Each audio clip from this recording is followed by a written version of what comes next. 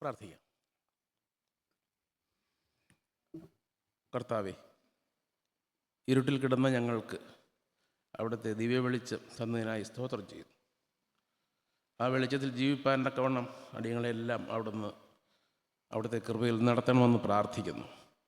ഇന്നിവിടെ നടക്കുന്ന എല്ലാ പ്രോഗ്രാമുകളെയും അവിടുത്തെ സന്നിധിയിൽ സമർപ്പിച്ച് പ്രാർത്ഥിക്കുന്നു. ദൈവനാമ മഹത്വത്തിനും അടിയങ്ങൾക്കെല്ലാം അത് അനുഗ്രഹത്തിനും കാരണമായി തീരണമെന്ന് ഞങ്ങൾ പ്രാർത്ഥിക്കുന്നു. പാടുന്ന കുഞ്ഞുങ്ങളെ എല്ലാവരെയും അവിടുത്തെ സന്നിധിയിൽ സമർപ്പിച്ച് പ്രാർത്ഥിക്കുന്നു. അവിടുന്ന് ശക്തീകരിക്കണമേ. നല്ല സന്ദേശം ഉൾക്കൊള്ളുവാൻ കൊള്ളണം. അടിയങ്ങളെല്ലാം അവിടുന്ന് സഹായിക്കണം. യേശുവിൻ്റെ നാമത്തിൽ തന്നെ ആമേൻ. ബഹുമാനപ്പെട്ട അച്ഛനും സ്വാഗതം പറഞ്ഞ റീസണും പറഞ്ഞ നല്ല വാക്കുകൾക്കെല്ലാം ഞാൻ നന്ദി പറയുന്നു. അത്ര കടുത്ത വാക്കുകൾക്കൊക്കെ എനിക്ക് അർഹതയുണ്ടോ എന്ന് എനിക്കറിയത്തില്ല. പക്ഷെ ഒരു കാര്യം ഞാൻ ഓർക്കുന്നുണ്ട്. ഇപ്പോൾ ഇവിടെ ഒരു പാട്ടേ വേറെ പാടിയുള്ളൂ. ആദ്യത്തെ പാട്ട് നമുക്കെല്ലാം സുപരിചിതമായ പാട്ടായിരുന്നു. രണ്ടാമത്തെ പാട്ട് ഞാൻ കേട്ടിട്ടില്ല, നന്നായിട്ട് അവരത് പാടി. അപ്പോൾ അങ്ങനെ നല്ലൊരു ഹാർമണൈസ് ചെയ്തൊരു പാട്ട് കേൾക്കുമ്പോൾ ഉണ്ടാകുന്ന ഒരു സുഖം, ഒരു സന്തോഷം. ഇപ്പം ഞാനും ഒരു എലപ്പള്ളിക്കാരനാണ് എന്ന് പറയാൻ എനിക്കൊരു സന്തോഷമുണ്ട്. നിങ്ങൾ ഓർക്കുന്നുണ്ടോ എന്നറിയില്ല, ഇവിടെയുള്ള പഴയ ആളുകൾക്കറിയാം. ഒരു 56 വർഷം മുമ്പ് ഒരു 7 വയസ്സുകാരനായിട്ടാണ് ഞാനിവിടുന്ന് പോയത്. 1ഉം 2ഉം ക്ലാസ്സിൽ ഞാനിവിടെ പഠിച്ചായിരുന്നു. ആ പോയപ്പോൾ അതിനുശേഷവും ഇവിടുത്തെ ഈ സഭയായിട്ട് പല കാര്യങ്ങളിലും ഞങ്ങൾ കുടുംബമായി ബന്ധപ്പെട്ടുകൊണ്ടിരുന്നു, ഓരോരോ ആവശ്യങ്ങൾക്ക്. ഇപ്പോൾ ഇന്ന് ദൈവം സഹായിച്ച് ഇങ്ങനെ ഒരു അവസരം വന്നിരിക്കുകയാണ്. അച്ഛൻ സൂചിപ്പിച്ചതുപോലെ എറണാകുളത്ത് നമ്മുടെ എംപ്ലോയീസിൻ്റെ സംഘടനയും അതിനുശേഷം അവരുടെ ഈസ്റ്റേൺ കോറസ് എന്ന പേരിലുള്ള കൊയറും രൂപീകരിക്കുന്ന കാലഘട്ടത്തിൽ നമ്മുടെ CK മാമൻ സാറും പ്രിയ ഭാര്യയും അവർ കുടുംബമായിട്ടുണ്ടായിരുന്നു. കുഞ്ഞുങ്ങളാണ് പിള്ളേർ. അപ്പം ഞങ്ങളെയൊക്കെ ചേർത്തത് വാസ്തവത്തിൽ സാറാണ്. വീട്ടിൽ വന്നേച്ച് പറഞ്ഞു. അപ്പോൾ അന്ന് നമുക്കൊരു സൈക്കിൾ പോലും ഇല്ല, പ്രാക്ടീസിന് പോകാൻ സ്ഥലമില്ല. ഇപ്പം നിങ്ങളിവിടെ നിന്നിങ്ങനെ പാടിയപ്പോൾ ഈ സ്റ്റെപ്പ് ഞാനിങ്ങനെ ഓർത്തു. എത്ര മനോഹരമായിട്ട് നിങ്ങൾക്ക് നിൽക്കാനും. ഇപ്പം 3 റോയായിട്ട് ഇവിടെ ഇടാം. ഒരു വേണമെന്നുണ്ടെങ്കിൽ ഒരു സ്റ്റൂളും കൂടെ ബെഞ്ചും കൂടെ അറേഞ്ച് ചെയ്താൽ, ചെറിയ ബെഞ്ച്, ആളുകൾ കൂടുതലുണ്ടെങ്കിൽ പോലും നല്ല ഒരു വ്യൂ കിട്ടത്തക്ക രീതിയിൽ പാട്ട് പ്രസൻറ്റ് ചെയ്യാൻ പറ്റും. ഇന്ന് മോശമായെന്നല്ല, നിങ്ങൾക്കിവിടെ ഇപ്പോൾ ഈ 3 റോയിൽ നിൽക്കാനുള്ള ആളുകളെ ഒന്നും ഉണ്ടായിരുന്നുള്ളൂ. അപ്പോൾ അന്ന് ഞങ്ങളവിടെ കൂടുന്ന സമയത്ത് പ്രത്യേകിച്ച് ഹാളില്ല, പ്രത്യേകിച്ച് പ്രാക്ടീസ് ചെയ്യാൻ സ്ഥലമില്ല. അപ്പോൾ സാറിൻ്റെ വീട്ടിൽ വെച്ച് നടത്തും ഒരു ദിവസം പ്രാക്ടീസ്, അടുത്ത ദിവസം ഞങ്ങളുടെ ആരുടെയെങ്കിലും വീട്ടിൽ വെച്ച് നടത്തും. ഞങ്ങൾ വാടകയ്ക്ക് താമസിക്കുന്ന സമയത്താണ്. അപ്പോൾ വരുന്ന ആളുകളൊക്കെ ഓട്ടോറിക്ഷ പിടിച്ചോ ഒക്കെ വരും. നമ്മുടെ പല ആളുകളും എലപ്പള്ളിയിൽ നിന്നുള്ള കുടുംബങ്ങൾ തന്നെ ഉണ്ട്. CM ജോൺസണൊക്കെ നിൽക്കുന്നു. CM ജോൺസൻ്റെ വൈഫും ഒക്കെ നന്നായിട്ട് പാടിയിരുന്ന ആളുകളാണ്. അവരിങ്ങോട്ട് പോരുന്നത് വരെ. അപ്പോൾ അങ്ങനെ നല്ലൊരു കൂട്ടായ്മയുടെ ഒരു ചരിത്രം നമുക്കുണ്ട്. നമ്മുടെ ഈസ്റ്റ് കേരളയുടെ മലയിടവകളുടെ മക്കൾ എന്നുള്ള ഒരു സംഗീത താലന്ത് നമുക്കുണ്ട്. ആ താലന്ത് എല്ലാവരും വിനിയോഗിക്കുന്നുണ്ടോ എന്നുള്ളത് ആണ് നമ്മൾ പരിശോധിക്കേണ്ടത്. ബഹുമാനപ്പെട്ട റേസിനെ യൂട്യൂബിലൊക്കെ കണ്ടു പരിചയമേ ഉള്ളൂ. എനിക്ക് നേരിട്ട് കാണുന്നത് പ്രാക്ടീസിനോ കൊയർ ഫെസ്റ്റിവലിനോ ഒക്കെ വരുമ്പോഴാണ്. ഒരുപാട് കഷ്ടപ്പെടുന്നുണ്ട്.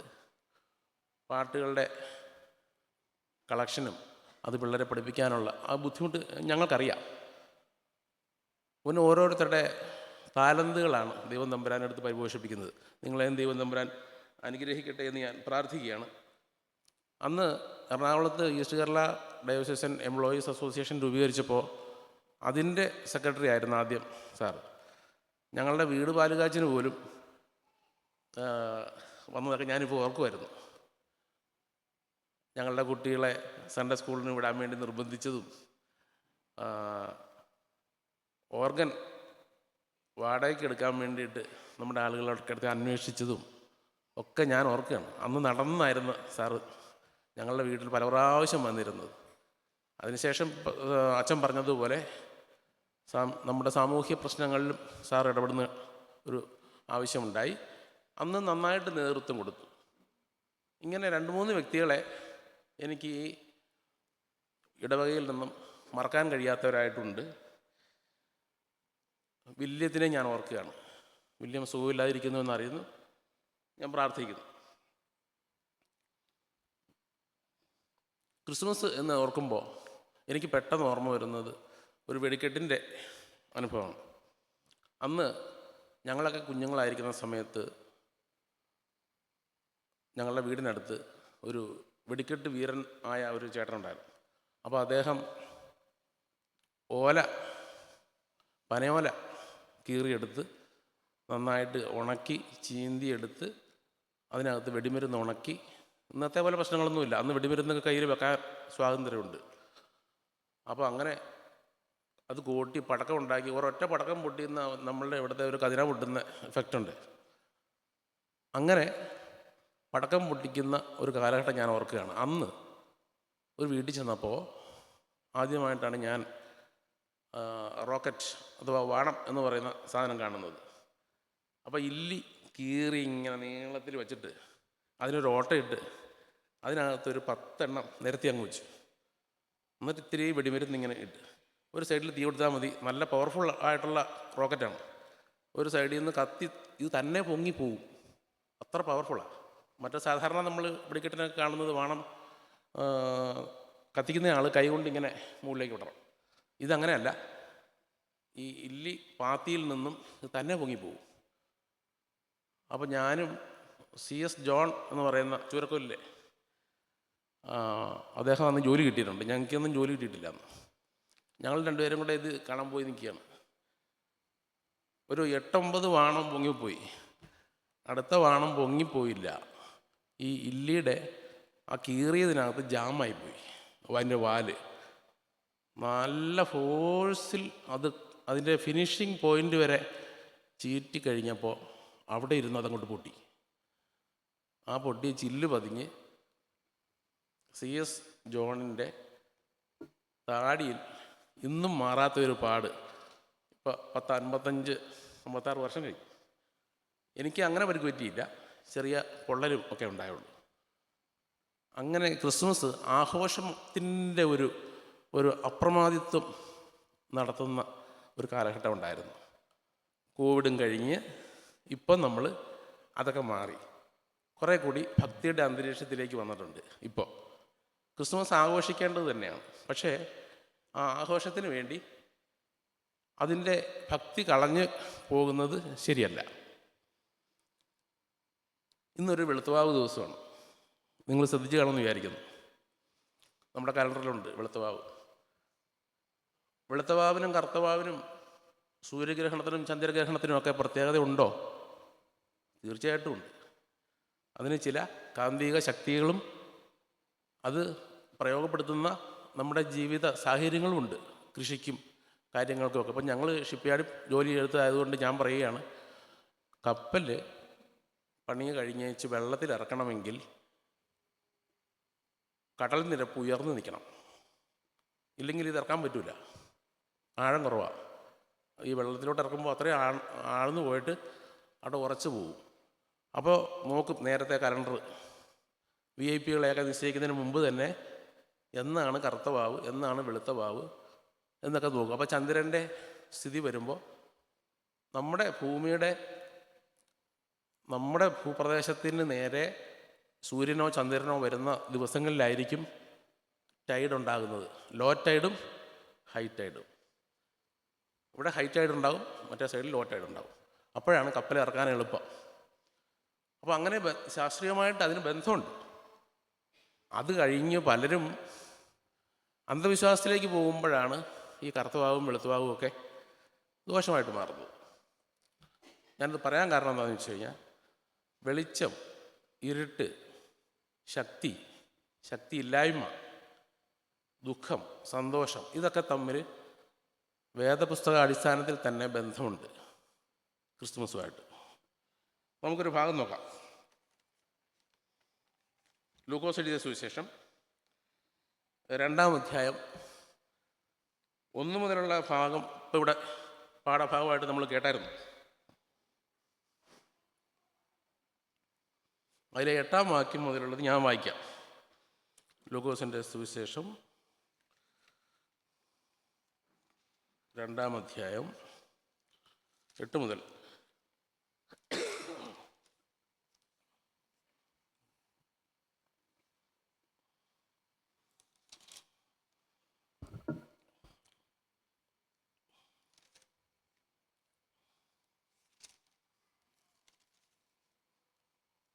അന്ന് ആ പ്രദേശത്ത് ഇടയന്മാർ രാത്രിയിൽ ആട്ടിൻകൂട്ടത്തെ കാവൽ കാത്ത് വെളിയിൽ പാർത്തിരുന്നു. അപ്പോൾ കർത്താവിൻ്റെ ഒരു ദൂതൻ അവരുടെ അരികെ നിന്നു. കർത്താവിൻ്റെ തേജസ് അവരെ ചുറ്റി മിന്നി. അവർ ഭയപരവശരായി തീർന്നു. ദൂതൻ അവരോട്, ഭയപ്പെടേണ്ട, സർവ്വജനത്തിനുണ്ടാവാനുള്ളൊരു മഹാസന്തോഷം ഞാൻ നിങ്ങളോട് സുവിശേഷിക്കുന്നു. കർത്താവായ ക്രിസ്തു എന്ന രക്ഷിതാവ് ഇന്ന് ദാവീദിൻ്റെ പട്ടണത്തിൽ നിങ്ങൾക്കായി ജനിച്ചിരിക്കുന്നു. നിങ്ങൾക്ക് അടയാളമോ, ശീലകൾ ചുറ്റി പശുത്തൊട്ടിയിൽ കിടക്കുന്ന ഒരു ശിശുവിനെ നിങ്ങൾ കാണും എന്ന് പറഞ്ഞു. പെട്ടെന്ന് സ്വർഗീയ സൈന്യത്തിൻ്റെ ഒരു സംഘം ദൂതനോട് ചേർന്ന് ദൈവത്തെ പുകഴ്ത്തി, അത്യുന്നതങ്ങളിൽ ദൈവത്തിന് മഹത്വം, ഭൂമിയിൽ ദൈവപ്രസാദമുള്ള മനുഷ്യർക്ക് സമാധാനം എന്ന് പറഞ്ഞു. ഈ വാക്യത്തെ അടിസ്ഥാനമാക്കിയാണ് സാധാരണ ക്രിസ്തുമസിന് ദിവ്യ സമാധാനവും ദൈവപ്രീതിയും ഒക്കെ നമ്മൾ ചർച്ച ചെയ്യുന്നത്. ഈ വർഷം സഭാ കലണ്ടർ അനുസരിച്ച് നമുക്ക് ക്രിസ്തുമസിൻ്റെ ധ്യാന വിഷയം ഒരു പുതിയ പ്രഭാതം എന്നുള്ളതാണ്. നമുക്കറിയാം, അതിൻ്റെ പാഠഭാഗങ്ങളാണ് ഇന്ന് വായിച്ചതല്ല. പ്രഭാതം എന്ന് പറയുന്നത് ഒരു തുടക്കമാണ്. ഇരുട്ട് മാറി വെളിച്ചം വരുന്ന ഒരു നല്ല തുടക്കം. അതിൻ്റെ ഗുണദോഷങ്ങൾ എന്തൊക്കെയാണ് എന്ന് നമുക്കൊന്ന് ചെറുതായിട്ട് ചിന്തിച്ചുകൊണ്ട് അവസാനിപ്പിക്കാം എന്ന് ഞാൻ വിചാരിക്കുകയാണ്. മിനിഞ്ഞാന്ന് കൊലാനിയിൽ ഞങ്ങളൊരു ഔട്ട്ഡോർ ക്രിസ്മസ് പ്രോഗ്രാമിന് രാത്രി 2:30 വരെ ഇരുന്നതുകൊണ്ട് ഞാൻ ഇന്ന് പള്ളിയിൽ പോലും പോകാൻ പറ്റാതെ പനിച്ച് കിടക്കുകയായിരുന്നു. ഇന്ന് വരാൻ പറ്റുമോ എന്ന് ഞാൻ സംശയിച്ചു. എന്തായാലും ദൈവം സഹായിച്ച് നിങ്ങളോടൊപ്പം വരാൻ ആയിട്ട് ഇടയായി. അല്പം താമസിച്ചതിൽ ക്ഷമ ചോദിക്കുകയാണ്. അങ്ങനെ നമ്മൾ ആ വേദഭാഗത്തിലേക്ക് വരികയാണ്. കർത്താവിൻ്റെ തേജസ് അവരെ ചുറ്റി മിന്നി. അതാണ് അവരിന്ന് കണ്ട വെളിച്ചം. നമുക്കറിയാം, ഓരോ സമയത്ത് ഭരണാധിപന്മാർ എടുക്കുന്ന തീരുമാനങ്ങൾ നമ്മളെല്ലാവരെയും ബാധിക്കുന്നതാണ്. ഭരണാധിപന്മാർക്ക് അവരുടേതായ ന്യായങ്ങൾ കാണും. കൂടുതൽ ജനങ്ങളെ നന്നായി ഭരിക്കുന്നതിന് വേണ്ടി കുറച്ച് ജനങ്ങൾ കഷ്ടപ്പെട്ടാലും വേണ്ടുകയില്ല എന്നാണല്ലോ ഭരണാധിപന്മാരുടെ എല്ലാം ന്യായം, നിയമം ഉണ്ടാക്കുന്നതിലെ. അത് കഴിഞ്ഞേച്ചോ പിന്നെ അവർ പറയുന്ന ന്യായങ്ങൾക്കെല്ലാം അടിസ്ഥാനമാക്കി ഓരോ നിയമങ്ങൾ കൊണ്ടുവരും. അങ്ങനെ ഒരു നിയമമായിരുന്നു കണക്കെടുക്കുക, ജനസംഖ്യയുടെ കണക്കെടുക്കുക. അതാണ് ആ കാലത്ത് നടന്നത്. അപ്പോൾ അവിടുത്തെ അതാത് സ്ഥലത്ത് എടുത്താൽ പോരെ. അപ്പം നമ്മുടെ ഒരു ബംഗാളി വന്ന് കിടക്കുന്നുണ്ട്, അവൻ ബംഗാളിയാണ് എന്ന് എഴുതിക്കൊണ്ട് ഇവിടെ കണക്കെടുത്താൽ പോരെ? വേണമെങ്കിൽ മതി. പക്ഷേ ഇന്നത്തെ അത്ര ആധുനിക സംവിധാനങ്ങളോ സൗകര്യങ്ങളോ ഒന്നുമില്ല. അതിൻ്റെ ഒരു ഒറിജിനാലിറ്റി തെളിയിക്കാൻ വേറെ മാർഗങ്ങളൊന്നുമില്ല. അതുകൊണ്ട് എന്തു പറഞ്ഞു, അവനവൻ്റെ സ്ഥലത്ത് പോകണം. ഏത് കൊല്ലത്തിലാണോ നീ ഉള്ളത് അവിടെ പോയി കണക്ക് കൊടുക്കണം. അങ്ങനെയാണ് യോസഫും മേരിയും കൂടി അവർ പോകുന്നത്. കോവിഡിൻ്റെ സമയത്ത് നമുക്കറിയാം, ഒരൊറ്റ മനുഷ്യൻ വീട്ടിന് പുറത്തിറങ്ങിയേക്കരുതെന്ന് പറഞ്ഞു ഇതേ ഭരണാധികാരികൾ, ഇല്ലേ? പുറത്തിറങ്ങിയാൽ കഴിഞ്ഞാൽ പഞ്ചായത്ത് മെമ്പർ നോക്കാനുണ്ട്. ക്ഷമിക്കണം, ഇവിടെ പഞ്ചായത്ത് മെമ്പർ വേറെ ആരെങ്കിലും ഇരിപ്പുണ്ടെങ്കിൽ നമ്മുടെ അയൽവക്കക്കാർ നോക്കാനുണ്ട്. എറണാകുളത്തൊരു രസകരമായ സംഭവം ഉണ്ടായി. 5 പേര് കുർബാനയ്ക്ക് പങ്കെടുക്കാം എന്ന് പോലീസിൻ്റെ ഉത്തരവുള്ള സമയത്ത് ഐലൻഡിലെ പള്ളിയിൽ പോലീസുകാരോട് ചോദിച്ച അച്ഛൻ, ഞങ്ങൾ 5 പേര് കുർബാന എടുക്കുന്നതിന് കുഴപ്പമുണ്ടോ? പള്ളി തുറന്നു. ഓ, നിങ്ങൾ കുഴപ്പമൊന്നുമില്ലെന്ന് പറഞ്ഞു പോലീസുകാർ. അച്ഛൻ കപ്പ്യാർ ഉൾപ്പെടെ അന്ന് 7 പേരുണ്ടായിരുന്നു. പിറ്റേ ദിവസം അച്ഛനെതിരെ കേസ് വന്നു. കൃത്യമായിട്ട് ഈ പള്ളിയിൽ 7 പേരുണ്ടായിരുന്നുള്ള ഫോട്ടോ അവരുടെ കയ്യിൽ കിട്ടി. ദൈവത്തെ ആരാധിക്കുന്നതിൽ പോലും നിയമത്തെ പാലിക്കുന്നുണ്ടോ എന്ന് വീക്ഷിക്കുന്ന ആളുകൾ നമ്മുടെ കൂടെ തന്നെ ഉണ്ടാവും. അങ്ങനെയാണ് ജനങ്ങളുടെ കാഴ്ചപ്പാട്. അപ്പോൾ അതുകൊണ്ട് ആ കൽപ്പന വളരെ കർശനമാണ്. അതാത് സ്ഥലത്ത് പോകണം, അതെടുക്കണം. അങ്ങനെ അവർ പോവുകയായിരുന്നു. അപ്പോഴാണ് ആ പ്രദേശത്ത് ആട്ടിൻകൂട്ടത്തെ കാത്തുകൊണ്ട് ഇടയന്മാരവിടെ കഴിയുന്നത്. പ്രസിദ്ധമായ ഒരു പാട്ടുണ്ടല്ലോ, വളരെ പ്രസിദ്ധമായൊരു പാട്ട്.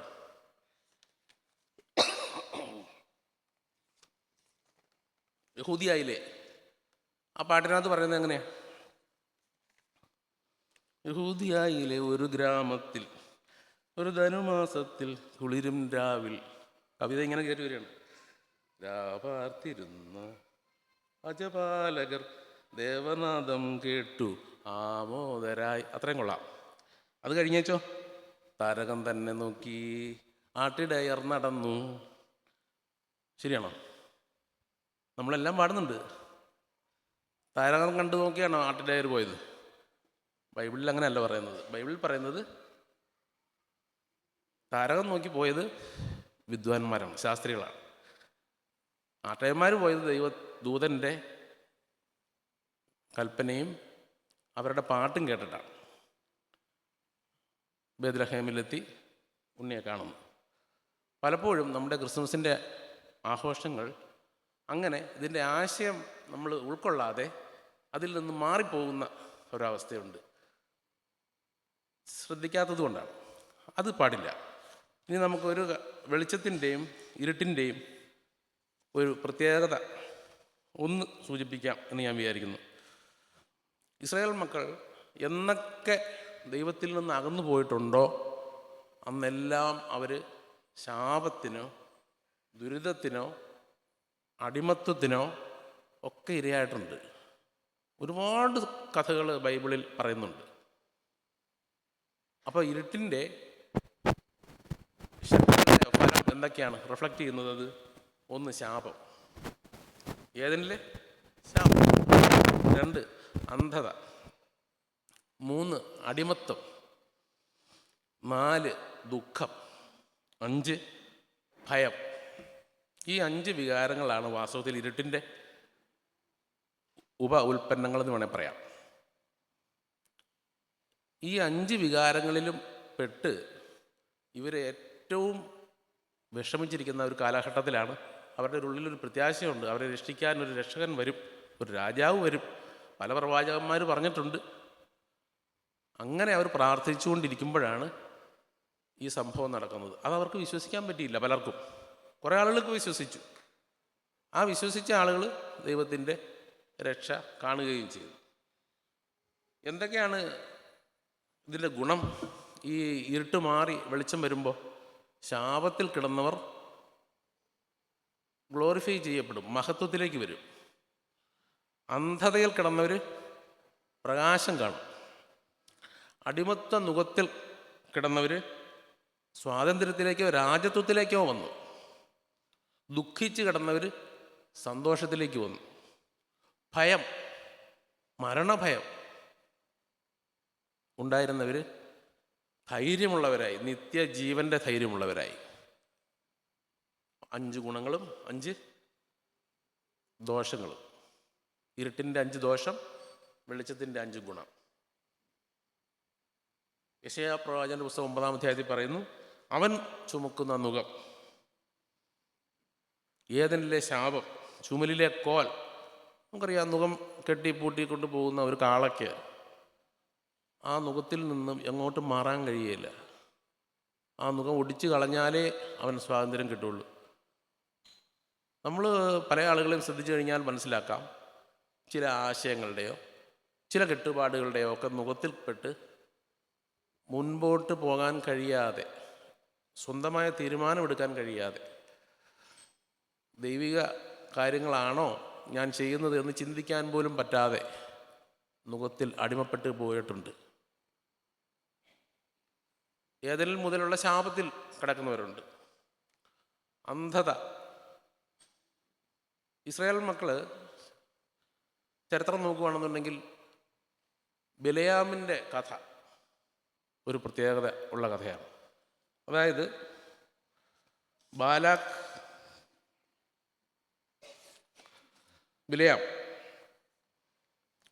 രാജാവിന് ബിലയാം ഉപദേശിച്ചു കൊടുക്കുന്നുണ്ട്.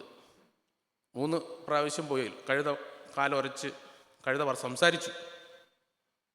അത് കഴിഞ്ഞപ്പോഴത്തേക്കും ഇയാൾ പറയുകയാണ്, നീ ഇസ്രായേൽ മക്കളെ ശപിക്കാൻ ഞാൻ കൊണ്ടുവന്നു കഴിഞ്ഞാൽ നീ എന്നിട്ട് അവരെ അനുഗ്രഹിച്ചിട്ട് പോകുന്നു എന്ന് ചോദിക്കുമ്പോഴത്തേക്കും ഇയാൾ പറയുന്നൊരു മറുപടിയുണ്ട്, അവരുടെ മധ്യേ ദൈവമുണ്ട്, അതുകൊണ്ട് ഞാൻ ശപിക്കാൻ വിചാരിച്ചാലും അനുഗ്രഹമേ എൻ്റെ വായിന്ന് വരുന്നുള്ളൂ. അതുകൊണ്ട് നീ ഒരു കാര്യം ചെയ്യണം. അത് പറഞ്ഞില്ല കേട്ടോ, ബൈബിളിൽ പറഞ്ഞിട്ടില്ല, അത് ഞാൻ പറയുക. അതുകൊണ്ട് നീ ഒരു കാര്യം ചെയ്യണം, അവരുടെ മധ്യേ ഉള്ള ദൈവം അത് നീങ്ങിപ്പോണം. അതിന് വേണ്ടിയിട്ട് ഒരു പരിപാടിയുണ്ട്. എന്താണ്? അത് പറഞ്ഞു കൊടുത്തു. അത് പറയുന്നുണ്ട്. പിന്നീട് ആ രാജാവ് അത് ചെയ്തു. അന്യ ദൈവങ്ങളുള്ള അടുത്ത രാജ്യക്കാരായ യുവതീ യുവാക്കളുമായിട്ട് വിവാഹബന്ധം നടത്തി അതിനെ പ്രോത്സാഹിപ്പിച്ചു. അപ്പം അവിടെ നിന്ന് വന്നവർ ഇവിടുത്തെ ദൈവത്തെ സേവിക്കാൻ തീരുമാനിച്ചവർ അനുഗ്രഹിക്കപ്പെട്ടവർ തന്നെ, അതിനകത്ത് കുഴപ്പമില്ല. പക്ഷേ അവിടെ നിന്ന് വന്നവർ അന്യദൈവങ്ങളെയും കൊണ്ട് വന്നിട്ട് ഇസ്രായേൽ മക്കളുടെ ഇടയ്ക്ക് അന്യദൈവങ്ങളുടെ ഒരു പ്രവാഹമായി. പല ദൈവങ്ങളാണ്. അവരുടെ സ്വന്തം ദൈവം അവരുടെ മധ്യേ നിന്ന് മാറിപ്പോയി. 5 or 6 രാജാക്കന്മാർ യുദ്ധം ചെയ്തു, അടിമകളായിട്ട് പിടിച്ചുകൊണ്ട് പോയി ഇവരെല്ലാം. ആ ഒരു സംഭവത്തിൽ മാത്രം. അതേപോലെ നിരവധി പ്രാവശ്യം പറയുന്നുണ്ട്. അങ്ങനെ അടിമത്തത്തിലേക്ക് പോയ ഒരു ഇസ്രായേൽ ജനതയാണ് ഈ പ്രവാചകന്മാർ പറഞ്ഞതനുസരിച്ചിട്ട് പ്രാർത്ഥിക്കുന്നത്. അങ്ങനെ ഒരു രക്ഷ വരുമ്പോഴാണ് കൊയ്ത്തുകാലത്തിലെ സന്തോഷം, കൊള്ള പങ്കിടുന്നവൻ്റെ സന്തോഷം. ആ ശാപം മാറി മഹത്വം കിട്ടി. മക്കൾ എന്ന പദവിക്ക് അവരർഹരായി. പ്രകാശം കിട്ടി, കാഴ്ച കിട്ടി, നമുക്ക് നേരെ ചൊവ്വേ കാണാൻ. മുഖം ഒടിഞ്ഞ് സ്വാതന്ത്ര്യം കിട്ടി. സ്വസ്ഥതയുള്ള തീരത്തേക്ക് നമ്മളെ നടത്തുന്ന ദൈവത്തെ തിരിച്ചറിഞ്ഞു. നിത്യ മരണം മാറി നിത്യജീവൻ നമുക്ക് ലഭ്യമായി. ഒരിക്കലൊരു ഗുരു ഒരു ശിഷ്യന്മാരെ വിളിച്ചിട്ട് പറഞ്ഞു, ഒരു മുറി ഓരോരുത്തർക്കും ഓരോ മുറി കൊടുത്തു. നിങ്ങൾ കേട്ടിട്ടുള്ള, ഇവിടുത്തെ കുഞ്ഞുങ്ങളൊക്കെ കേട്ടിട്ടുള്ള കഥയായിരിക്കും സൺഡേ സ്കൂളിലൊക്കെ. അപ്പോൾ 3 പേരോടും പറഞ്ഞ്, നിങ്ങൾക്കൊരു മുറി തരികയാണ്. ഏറ്റവും കുറഞ്ഞ ചിലവിൽ ആ മുറി നിറയ്ക്കുന്ന സാധനങ്ങൾ എന്തെങ്കിലും കൊണ്ടുവന്ന് വെക്കുന്ന ആളിനെ ഞാനൊന്ന് അറിയാൻ വേണ്ടി ഒരു പരീക്ഷണം നടത്തുകയാണ്. ബാക്കി അറിയാം. ഒരു ശിഷ്യൻ പോയിട്ട് കുറേ പഞ്ഞിക്കെട്ടുകളെല്ലാം കൊണ്ടുവന്ന് ഒരു മുറിക്കകത്ത് കുത്തി നിറച്ച് അടച്ചിട്ടു. ഒരാൾ ഒരു സാമ്പ്രാണിതിരി കത്തിച്ച് വെച്ചു. ഒരാൾ ഒരു വിളക്ക് തെളിച്ച് വെച്ചു. കേട്ടിട്ടുള്ള കഥയാണല്ലോ. ഗുരു വന്ന് നോക്കുമ്പോൾ ഈ പഞ്ഞിക്കെട്ട് നിറച്ച ആ മുറിയിലേക്ക് കയറാൻ പോലും പറ്റുന്നില്ല, ശ്വാസം മുട്ടും പഞ്ഞിക്കെട്ടുകാർ. സാമ്പ്രാണിയുടെ മണം ഉണ്ടെങ്കിലും അത് സാമ്പ്രാണി എവിടെ ഇരിക്കുന്നതെന്ന് പോലും അറിയത്തില്ല. മുറിക്കകത്ത് കയറാൻ വെളിച്ചമില്ല. അതേസമയം ആ വെളിച്ചം വെച്ച ശിഷ്യൻ ആ മുറി മുഴുവനും അത് പ്രകാശിപ്പിച്ചു. ജനാലകളെയും വാതിലുകളും തുറന്നപ്പോൾ പുറത്തുള്ളവർക്കും അതിൻ്റെ പ്രകാശം ലഭ്യമായി എന്നാണ് ആ കഥ പറയുന്നത്. ഇത് ചെറിയൊരു കഥയാണെങ്കിലും അതിനകത്ത് വലിയൊരു പാഠമുണ്ട്. നമ്മുടെയും എല്ലാം ജീവിതത്തിലേക്ക് വെളിച്ചം വരുമ്പോൾ നമുക്ക് ഇരുട്ടിൻ്റെ എല്ലാ ദോഷങ്ങളും മാറി വെളിച്ചത്തിൻ്റെ മക്കളാകുവാൻ നമുക്ക് അവസരം നൽകുന്നു. അതുകൊണ്ടാണ് പൗലോസ് അപ്പോസ്തലൻ പറയുന്നത്, ഇനി നിങ്ങൾ ഇരുട്ടിൻ്റെ മക്കളല്ല, നിങ്ങൾ ഇരുട്ടിലുള്ളവരല്ല. 1 തെസ്സലോനിക്കർ പറയുകയാണ്, നിങ്ങളെല്ലാവരും വെളിച്ചത്തിൻ്റെ മക്കൾ അത്രേ. അപ്പോൾ എന്തു ചെയ്യണം? വെളിച്ചത്തിൻ്റെ മക്കളാകുമ്പോഴത്തേക്കും നിങ്ങളൊക്കെ ഒരു കടമയുണ്ട്. എന്താണത്? ദൈവിക സാന്നിധ്യം നമ്മളിൽ നിന്ന് നഷ്ടപ്പെടാതെ നമ്മൾ നോക്കണം. എല്ലാ സമയവും നമ്മുടെ ജീവിതത്തിൻ്റെ മുന്നോട്ടുള്ള ഏത് ഭാഗവും ദൈവം തമ്പുരാൻ നമ്മളെ നടത്തുന്നു. ഇമ്മാനുവേൽ നമ്മോട് കൂടിയിരിക്കുന്നു. ഇനി നമ്മൾ ഇരുട്ടിൻ്റെ മക്കളല്ല, വെളിച്ചത്തിൻ്റെ മക്കളത്രേ. അതുകൊണ്ട് ഇരുട്ടിൽ ജോലി ചെയ്യാൻ പറ്റുകയില്ല. ഇരുട്ടിൽ ജോലി ചെയ്യുന്നവരുണ്ട്, നല്ല ജോലി ആയിരിക്കില്ല. പക്ഷെ വെളിച്ചത്തിൽ ആർക്കും ജോലി ചെയ്യാം. ഇരുട്ട് വിശ്രമത്തിൻ്റെ സമയമാണ്. വെളിച്ചത്തിൽ കിടന്ന് ഉറങ്ങാൻ പാടില്ല. വെളിച്ചം ജോലി ചെയ്യാനുള്ളതാണ്. കള്ളന്മാരാണ് ഉറങ്ങാത്തത്. പകലാണോ? രാത്രിയിൽ. പകൽ അവർ ഉറങ്ങും. കള്ളത്തരമില്ലാത്ത ആളുകൾക്ക് രാത്രിയിൽ ഉറങ്ങാം, പകൽ അവനെ ചുമതല അവന് നിർവഹിക്കാം. അതാണ് വെളിച്ചവും ഇരുട്ടും വെളിച്ചവും തമ്മിലുള്ള വ്യത്യാസം. നമ്മളെല്ലാവരും ഇരുട്ടിൻ്റെ മക്കളല്ല, ഇനി മുതൽ വെളിച്ചത്തിൻ്റെ മക്കളാണ്. അതുകൊണ്ട് രാത്രി മാറി ഒരു പ്രഭാതം വരുന്നു. ആ പ്രഭാതം നമ്മുടെ ജീവിതത്തിൽ ഉടനീളം നിലനിൽക്കുവാൻ നമ്മളെ ദൈവം തമ്പുരാൻ സഹായിക്കട്ടെ. ഞാൻ ചെറുപ്പകാലത്ത് പഠിച്ചിട്ടുള്ള ഒരു പാട്ടിൻ്റെ 2 ലൈൻ എൻ്റെ ഓർമ്മയിൽ നിന്ന് പാടുകയാണ്. യേശുക്രിസ്തുവിനെ മുറി തേടി ഇവർ നടന്നു. ആ നടന്നപ്പോഴത്തേക്കും ആ കവി ഇങ്ങനെ പറയുകയാണ്, എൻ്റെ മുറിയിലേക്ക് വരണമേ എന്ന് പറയുന്നതാണ് ഭാഗം. O come, O come to my heart, Lord Jesus, there is room in my heart for you. Oh, come to my heart, Lord Jesus, come. There is room in my heart for you. നമ്മുടെ എല്ലാവരുടെയും ഹൃദയങ്ങൾ യേശുവിൻ്റെ വെളിച്ചത്താൽ പ്രഭാപൂരിതമായി മുന്നോട്ട് ജീവിക്കുവാൻ ഇടവരട്ടെ എന്ന് പ്രാർത്ഥിച്ചുകൊണ്ട് എൻ്റെ വാക്കുകൾ അവസാനിപ്പിക്കുന്നു. എല്ലാവർക്കും നല്ല മനോഹരമായ സന്തോഷകരമായ ഒരു ക്രിസ്തുമസും പുതുവത്സരവും ആശംസിക്കുന്നു. ഇലപ്പള്ളി എൻ്റെ പിതൃ സഭയാണ്. നിങ്ങളെല്ലാവരെയും കാണുവാനും സന്തോഷിക്കുവാനും കഴിഞ്ഞതിൽ ദൈവത്തിന് നന്ദി പറയുന്നു. ഓക്കെ.